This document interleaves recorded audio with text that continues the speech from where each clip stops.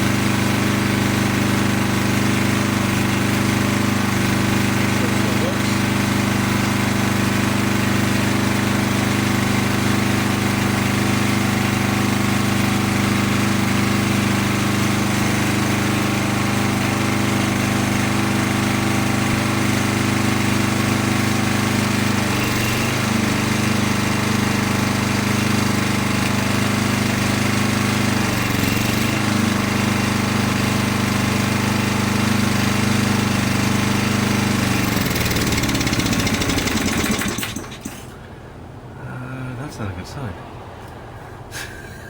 Oops.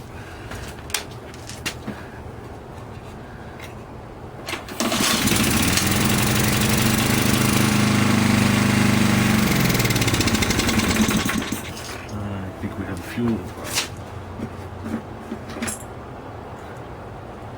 Oh. No, we don't have gas in it. There's a puddle on the bottom, but the pickup's above it. Oh, I thought I had gas. I know I didn't put much in that day. I don't know if anybody could see. It's right there's the pickup. So, that's not a good thing. I don't have any gas around the house. I used it all. I put it all in the American that day to make sure I could get to the gas station. So, okay. Well, we know it works though. That's good enough for me. That's going to be a Lake Compounds generator. Every time we go up there, so we can power stuff up when we're hanging out at night. I know it. There you go. Wanted to put in a screw here, Ruben. A screw here. One of those original nuts and bolts there. This was non-existent. So I took one of these tabs and reversed it on the bottom. Drilled the hole. Used a, screw through it. Done. So we're good to go. Thanks again, Ruben. I'm sure we'll be using this thing together. I'm sure we'll be using it on something. So, I just have no gas to fire it back up, or I would. There you go, 1 flashlight drive. They say that's the size tire that's supposed to be on the back. These are the original tires from Junior's Go Kart, before we put the knobbies on. But that's what they claim was supposed to be on there, and it's size smaller, I think, in the front. Yeah, they're supposed to be 410 355s. I think the ones in the front are supposed to be 3s, half-inch narrower. Not the biggest of tires. Tire pretty much has no tread left on it. There's no indicators on it, and I know the other one you can start to see the canvas on it. That's why we pulled them off as Go Kart. But obviously I held on to them. There's no reason to get rid of them. So that's kind of what would be on there. I'm assuming it sticks out a little bit further than that. I'm assuming it'd be out to like at least here to clear everything, but I don't know. And yeah, it looks kind of funny with a flashlight.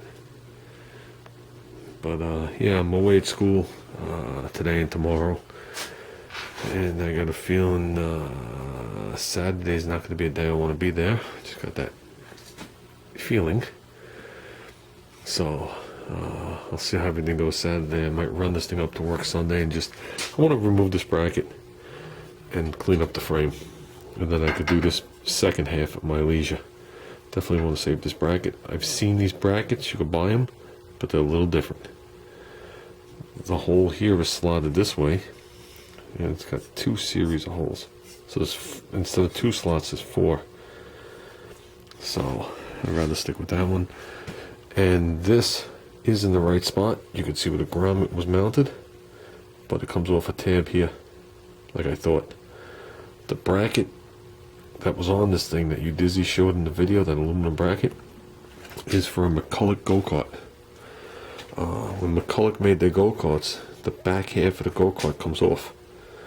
So when you take the back half off, you just have 2 bars here, 2 bars there, and you roll everything off, plates, tires, axle, and everything.